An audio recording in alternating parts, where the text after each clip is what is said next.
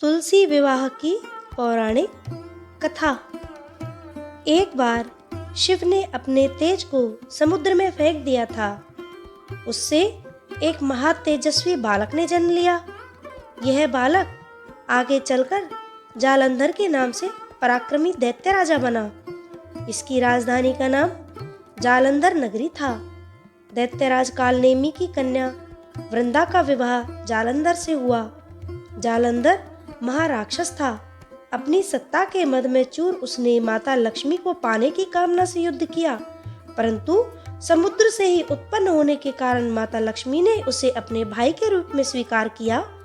वहां से पराजित होकर वह देवी पार्वती को पाने की लालसा से कैलाश पर्वत पर गया। भगवान देवादिदेव शिव का ही रूप धरकर माता पार्वती के समीप गया, परंतु मां ने अपने योग बल से उसे तुरंत पहचान लिया तथा वहां से अंतर्धान हो गई। देवी पार्वती ने क्रुद्ध होकर सारा वृत्तांत भगवान विष्णु को सुनाया।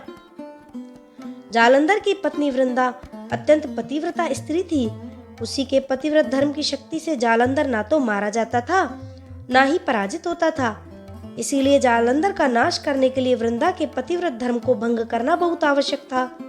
इसी कारण भगवान विष्णु ऋषि का वेश धारण कर वन में जा पहुंचे, जहां वृंदा अकेली भ्रमण कर रही थी। भगवान के साथ दो मायावी राक्षस भी थे, जिन्हें देखकर वृंदा भयभीत हो गई। ऋषि ने वृंदा के सामने पल में दोनों को भस्म कर दिया। उनकी शक्ति देखकर वृंदा ने कैलाश पर्वत पर महादेव के साथ युद्ध कर रहे अपने पति जालंधर के बारे में पूछा। ऋषि ने अपने माया जाल से दो वानर प्रकट किए। एक वानर के हाथ में जालंधर का सिर था तथा दूसरे के हाथ में धड़। अपने पति की यह दशा देखकर वृंदा मूर्छित होकर गिर पड़ी।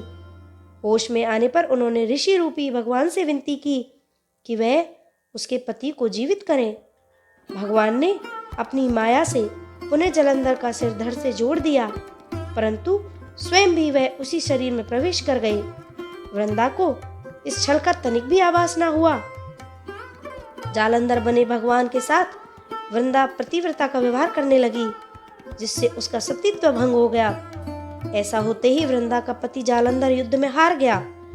इस सारी लीला का जब वृंदा को पता चला तो उसने क्रुद्ध होकर भगवान विष्णु को हृदयहीन शिला होने का श्राप दे दिया।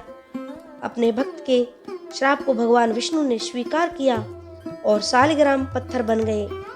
सृष्टि के पालनकर्ता के पत्थर बन जाने से ब्रह्मांड में असंतुलन की स्थिति हो गई। यह देखकर सभी देवी देवताओं ने वृंदा से प्रार्थना की वह भगवान विष्णु को श्राप मुक्त कर दें। वृंदा ने भगवान विष्णु को श्राप मुक्त कर स्वयं आत्मदाह कर लिया। जहां वृंदा भस्म हुई वहां तुलसी का पौधा उगा। भगवान विष्णु ने वृंदा से कहा, हे वृंदा, तुम अपने सतीत्व के कारण मुझे लक्ष्मी से भी अधिक प्रिय हो गई हो। अब तुलसी के रूप में सदा तुम मेरे साथ रहोगी। तब से हर साल कार्तिक महीने के देव उठनी एकादशी का दिन तुलसी विवाह के रूप में मनाया जाता है। जो मनुष्य मेरे सालग्राम रूप के साथ तुलसी का विवाह करेगा, उसे इस लोक का और परलोक का विपुल यश प्राप्त होगा।